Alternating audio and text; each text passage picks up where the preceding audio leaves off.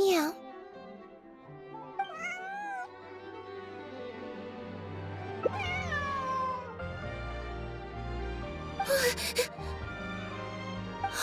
It's you.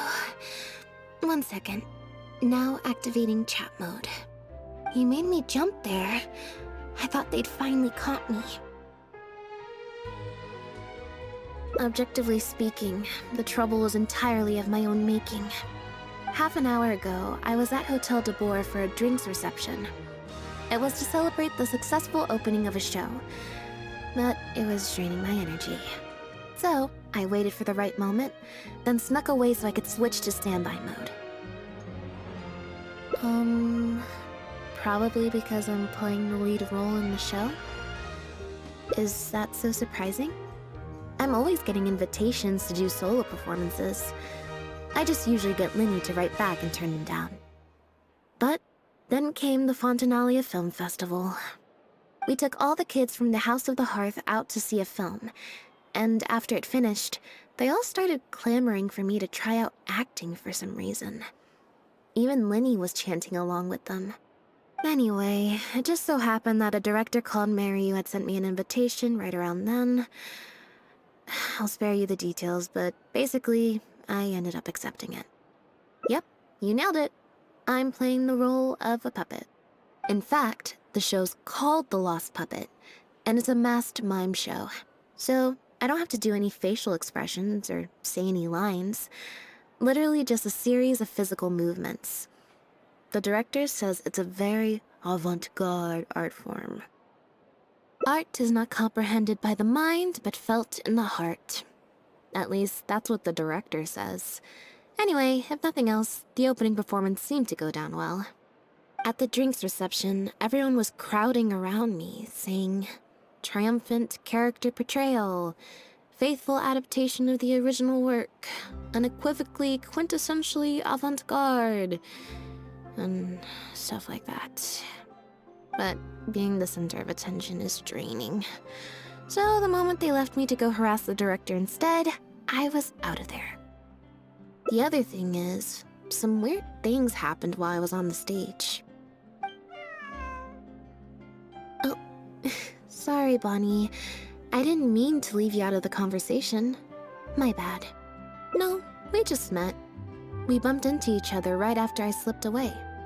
Well, it'd be kind of difficult for us to communicate otherwise. Besides, I think she's taken a liking to the name. Haven't you, Bonnie? Yeah, that's right. Good kitty. We'll go find your owner soon, I promise. Nope. She's wearing a collar, and for the most part, she's pretty well groomed. If she is a stray, she hasn't been for long. Her stomach's been growling a lot. I guess she must have been missing for a few days now. As much as I'd love to hang out with her for a while longer, her owner's probably worried sick about her. Assuming she has an owner, that is. But the reception... I should probably show my face there again at some point, even if it's just to make excuses and leave again. Decision time. Well, I just find it exhausting, thinking through all the different ramifications of different choices and so on. That's more Lenny's area than mine. So, it's fine. He got Fremonade to make me a little something for just this situation. Poof! A phaetometer. It looks pretty over the top, I know, but it's essentially just a box of cards. He kept the design simple, so it'd be harder to break. The way it works is, I pick a card at random, then look at the number on the card. Well, for example, if the number on the card is 5 or higher, I help Bonnie find her owner. If it's less than 5, I go back to the reception. I just have to believe in the bond between me and my cards, and my fate will reveal itself to me in numerical form. At least, that's what Linny said.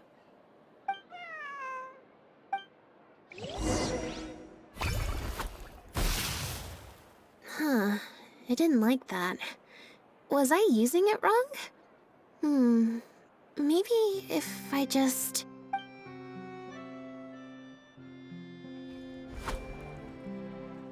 Clearly, there's some design flaws to iron out. I'll have to let Fremine know. Let's see, which card did I get? 4. Well, the cards fell on the ground though, so I don't think it counts as fate. If you want to get the right answer, you have to let fate decide. Also something Linny said. So, to put it another way, if picking a card up off the ground is how to not leave it to fate, then that means it must be the wrong answer. Or... why don't you pick a card? Since I ran into you here, that means... our fates are, like, interfering with each other. Thank you. This one is final, I promise. Here, take the fatometer. If it's 5 or above, that means fate successfully changed. Anything lower than 5 is a fail. Also, if you have your own thoughts about what I should do, feel free to share it. Now that I've got a good problem solver here to help, I don't need to run every little thing by fate.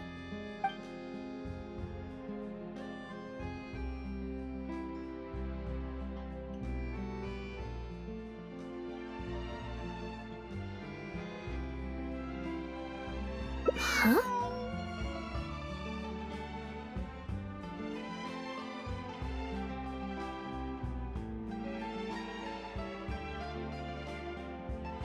What you're saying is, since nobody's come looking, I can just keep hanging out with Bonnie for a bit longer? Is that really okay?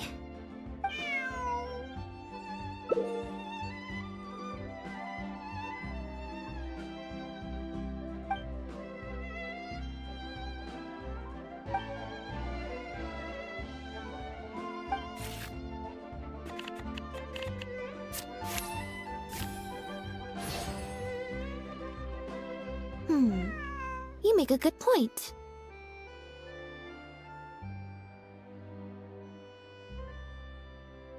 Okay, well, assuming Bonnie hasn't strayed too far from where she went missing, there's a chance we might bump into her owner in either the Steambird offices or the restaurant. So, stick around here in standby mode?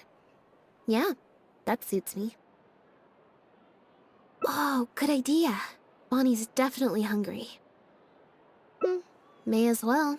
We could be here a while. When I was trying to find somewhere I could space out earlier, collect my thoughts, I figured the cafe might be a good shot. Alright then. Plan of action, spend the whole day spacing out. In standby mode.